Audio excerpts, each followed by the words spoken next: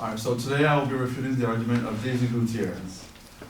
Her claim is that standardized testing is undermining students' education.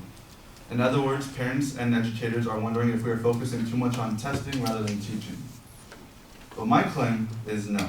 Standardized testing is good because it prevents teachers from grading using their own biases. And make no mistake, they do have biases.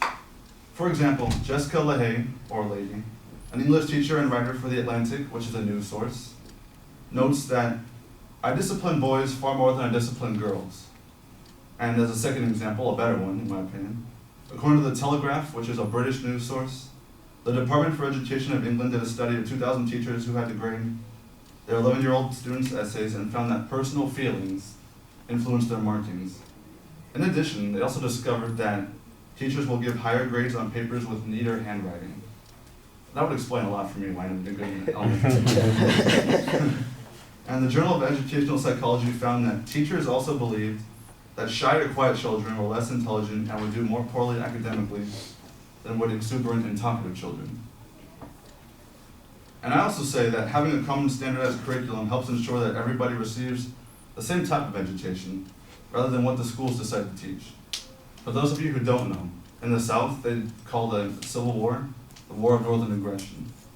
And we don't do that, but hopefully it's all the same stuff they teach anyway. Now, Daisy's second claim is that the multiple choice format of tests is a lousy assessment tool.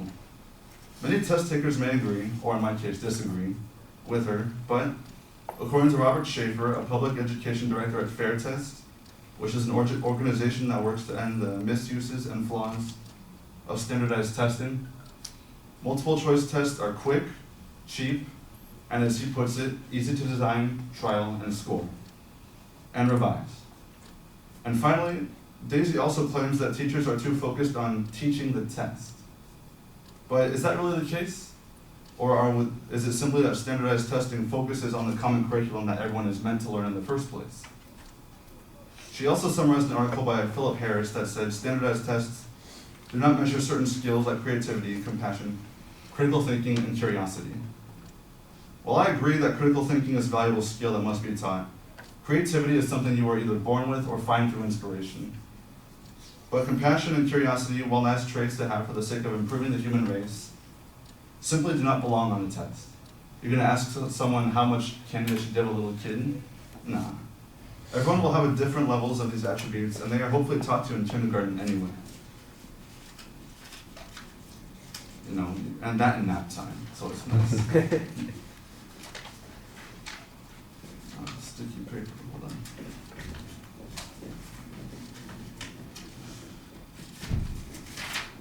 So in conclusion, I say that standardized testing is a good thing because it eliminates teacher biases, ensures everyone receives the same type of education, and keeps the tests relevant to what a high school or college should be teaching its students. We have no need for creativity on the test. Thank you.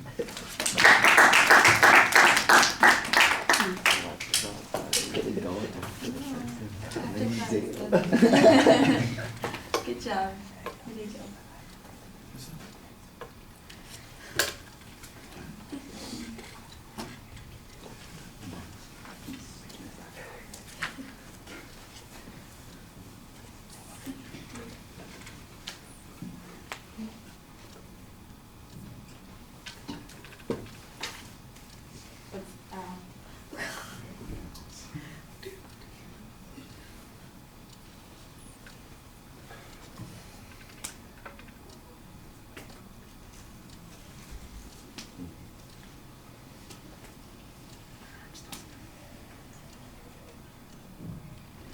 All right, well, the main claim is listed and the secondary claims are outlined.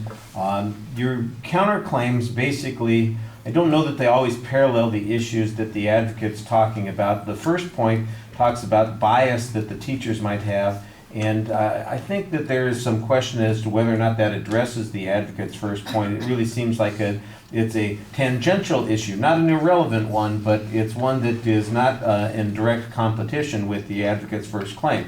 However, you do bring up some good information here that suggests that biases do exist by the teachers, and the goal of a standardized test is to make sure that we have consistency in the evaluative process, and the notion that if teachers were supposed to do the assessment without this kind of objectivity, it would be problematic.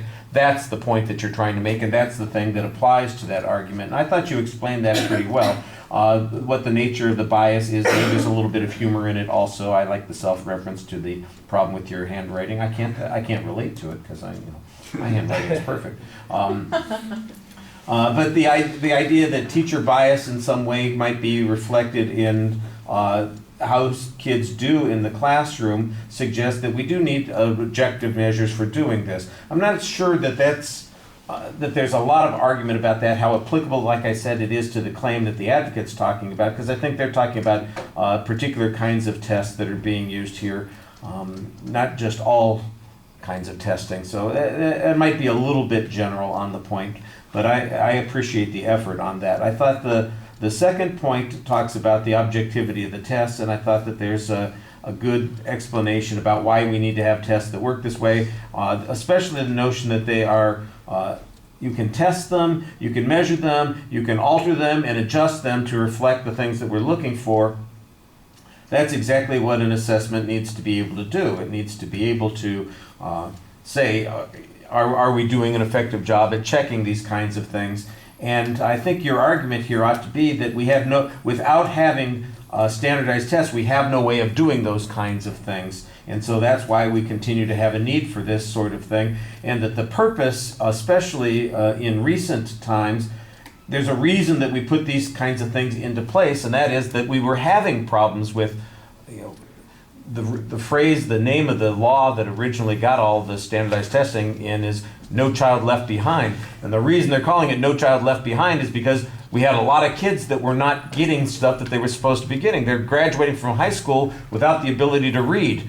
We got to figure that out when kids can't read and fix that problem before we get to that particular stage. Now, if you want to make an argument that says that the current testing isn't doing that, that would be fine. But the notion that having a test is problematic, I think that ignores what it is that we're looking for in the first place, which is to fix problems. And you don't know a problem exists unless you have some way of identifying it. And that's what standardized tests do. I think that's the argument that you're making there. I do think that you have an interesting point on the end that says, look, we acknowledge that the standardized test doesn't measure a whole bunch of things. They're not supposed to. Your creativity, your sympathy, your compassion for people.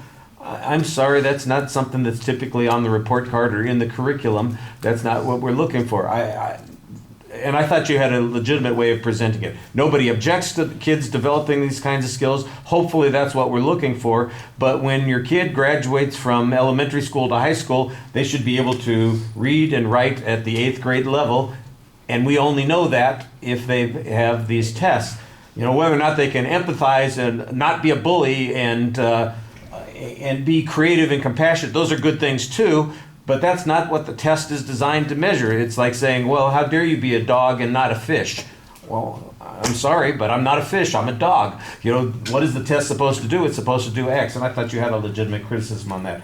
I thought your summary at the end was pretty effective. There was one section there that was a little bit problematic. It was just the language that you used. It probably sounded a little snarky to me, and if it sounded snarky to me, it's problematic because that's where I live most of the time. All right, but like I said, I thought you had a good summary at the exit. Thank you.